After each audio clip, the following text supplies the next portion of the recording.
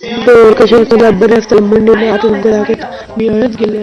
आता येतोय घराकडे अशी पुन्हा घराकडे येतो आता अरे हा आपण देतो चल हे घेऊन जाते मी आता दाखवतो तुमका इथे काहीतरी बनव